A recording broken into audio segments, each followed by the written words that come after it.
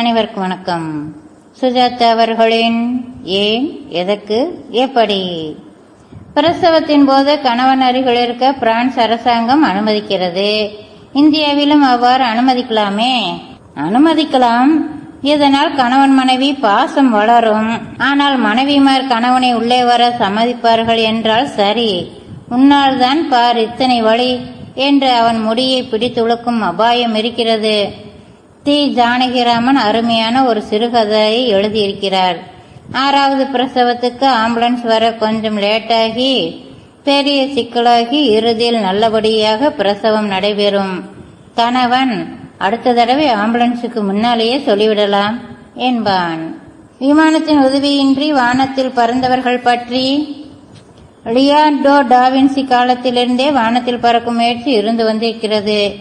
எத்தனையோ பேர் ரெக்கை கட்டி பறந்து முழங்கால் பெயர்ந்தவர்கள் இருக்கிறார்கள்.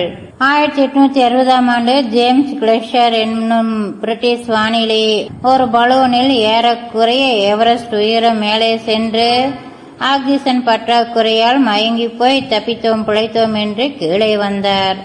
1931இல் ஒரு சுவிஸ் விஞ்ஞானி ஆக்சிஜன் சிலிண்டரோடு ஒரு சீல் வைத்த போட்டியில் 16,200 மீட்டர் உயர்ந்தார்.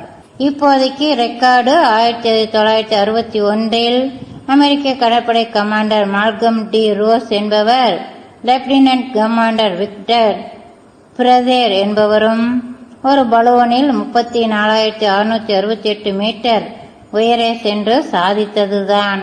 தனியாளாக வானத்தில் பறக்க நினைத்தார் கிளைம்சோன் என்ற அமெரிக்கர்.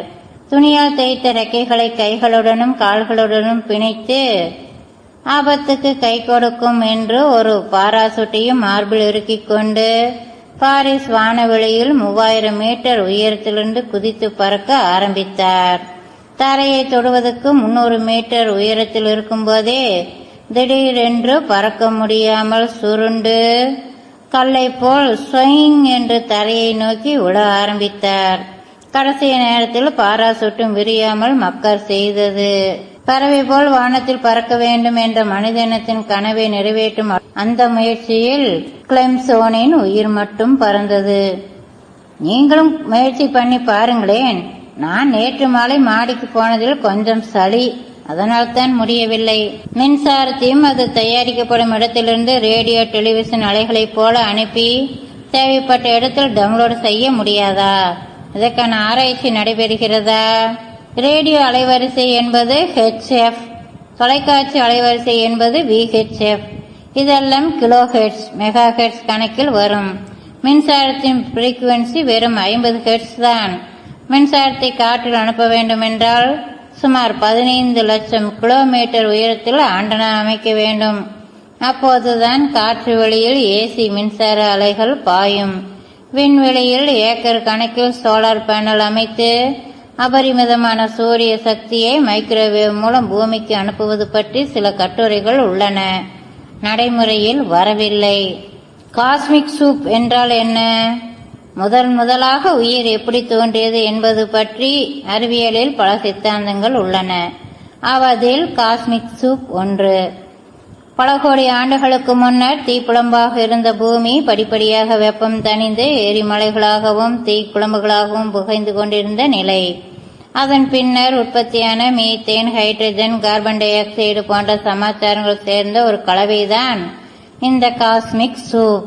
அதில் மின்னல் பாய்ந்த போது முதல் அமினோ அமிலம் தோன்றியதாம். இந்த அமிலம்தான் அம்மோனியாவுடன் சேர்ந்து படிப்படியாக உயிரினங்கள் தோன்ற காரணமாக இருந்ததாம்.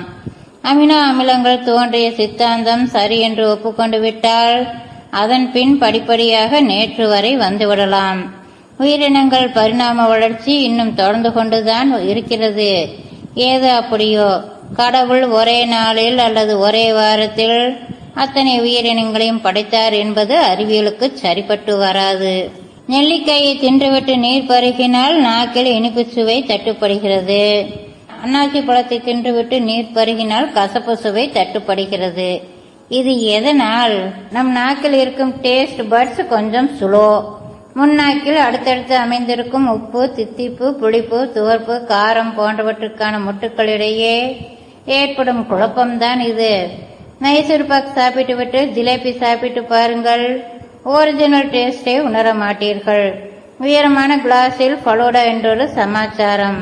நல்ல ஐஸ்கிரீம் பார்லர்களில் சாப்பிட்டு பாருங்கள், எல்லா டேஸ்டும் அதிலேயே கிடைக்கும். மேகசின் தெரியும், ராகஜின் என்றால் என்ன? விகடன், ஜூவி போன்றவை மேகசின்.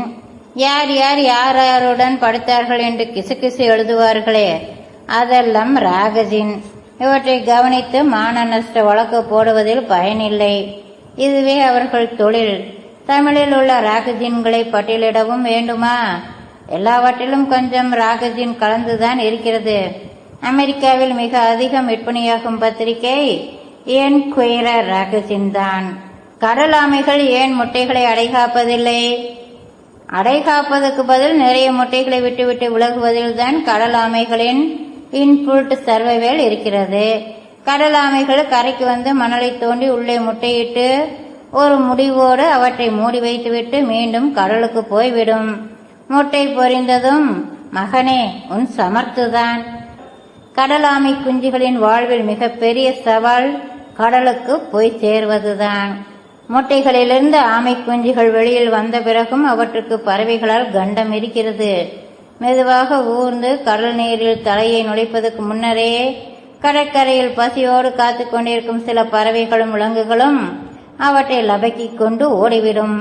தப்பிய மிச்ச மீதி ஆமை குஞ்சுகள் அடித்து பிடித்து கடல் நீரில் முங்கு நீச்சல் போட்டு பிழைத்துக் கொள்ளும். கடலுக்குள் போய்விட்டால் 100 வருஷமோ 150 வருஷமோ ஆயுள் கெட்டி. விண்வெளியில் சுற்றி கொண்டிருக்கும் வாயேஜர் விண்கலத்தின் புதிய கண்டுபிடிப்பு என்ன? 1977 புறப்பட்டு 25 வருடங்களாக விண்வெளியில் பறந்து இப்போது நம் சூரிய குடும்பத்தின் விளிம்பை எட்டிவிட்டது. 13 பில்லியன் கிலோமீட்டர் தூரத்தில் டெர்மினேஷன் ஷாக் என்னும் அதிர்ச்சியை சந்திக்க இருக்கிறது. அதுவரை அதற்கு உயிர் இருக்கும். முக்கிய பிரமுகர்களுக்கு சிவப்பு கம்பள வரவேற்பு கொடுக்கிறார்களே, அது என்ன சிவப்பு கம்பளம்? வேறு நேரத்தில் கம்பள வரவேற்பு கொடுக்கக்கூடாதா? ரெட் கார்பெட் வெல்கம் என்பது ஆங்கிலத்தில் ஒரு சொலவடை. அட்டகாசமான வரவேற்பு கொடுக்க வேண்டுமென்றால் இந்த வார்த்தையை பயன்படுத்துகிறார்கள். அதை அப்படியே எடுத்துக்கொண்டு ஏர்போர்ட்டுகளில் சிவப்பு கம்பளங்களை வாங்கி போட்டு இருக்கிறார்கள்.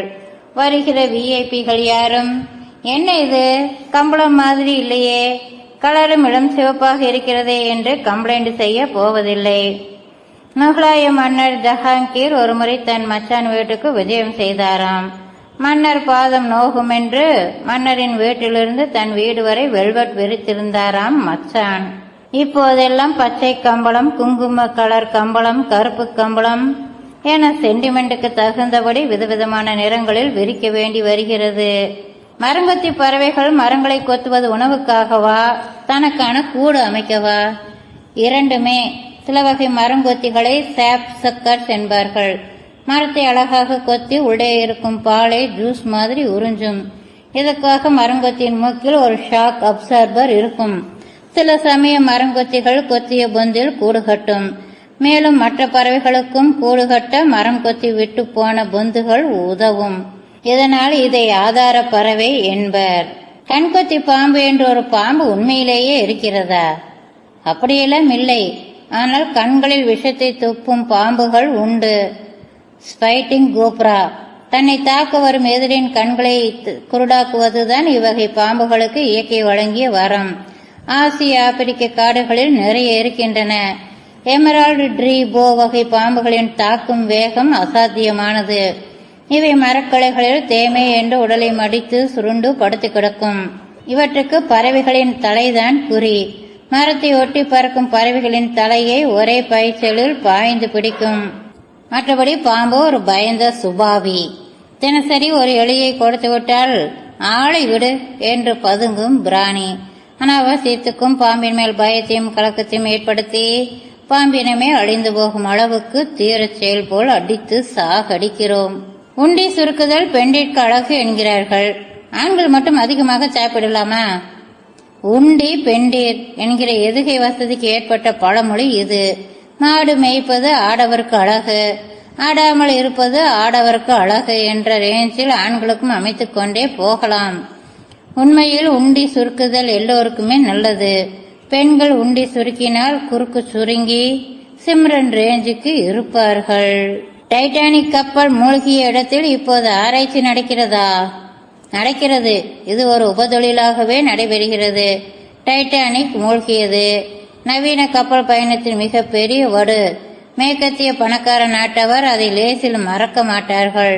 இன்றும் கடலுக்கடையில் கிடைக்கும் பழைய அலங்கார பொருள்கள் எல்லாம் ரொம்ப தலைக்கிறுக்கி ஆடாதே என்று மனிதனுக்கான எச்சரிக்கைகள். பிறக்கும் போதே சிலருக்கு தலைமுடி வெள்ளை நிறத்திலும் கண்கள் மற்றும் தோல் நிறம் மாறியும் இருப்பது ஏன்? இதுக்கு அல்பினிசம் என்று பெயர். 17,000 பேரில் ஒருவருக்கு இது வருகிறது. இவர்களின் உடல் செல்களில் மெலனின் எனும் பொருள் உற்பத்தியாவதில்லை. நம் சருமத்தை அல்ட்ரா வயலட் ஒளியிலிருந்து காப்பாற்றத்தான் இந்த மெலனின். இதுவே நமது நிறத்தின் அடிப்படையையும் நிர்ணயிக்கிறது. மெலனின் உற்பத்தி செய்யும் என்சைம் இல்லாதவர்களுக்கு உடல் பூரா வெண்மையாக வெளிரும். தலைமுடி வெள்ளையாகவும் கண் பாப்பா கோலி குண்டாகவும் இருக்கும். இவர்களை அல்பினோ என்கிறார்கள். பறவை மற்றும் விலங்கு இனங்களிலும் இது உண்டு. நாம் அபூர்வமாக பார்க்கும் வெள்ளை காக்கா, வெள்ளை மயில், வெள்ளை அணில், வெள்ளை புலியெல்லாம் கூட மெலனின் இல்லாதவையே. மீண்டும் சந்திப்போம். நன்றி நண்பர்களே.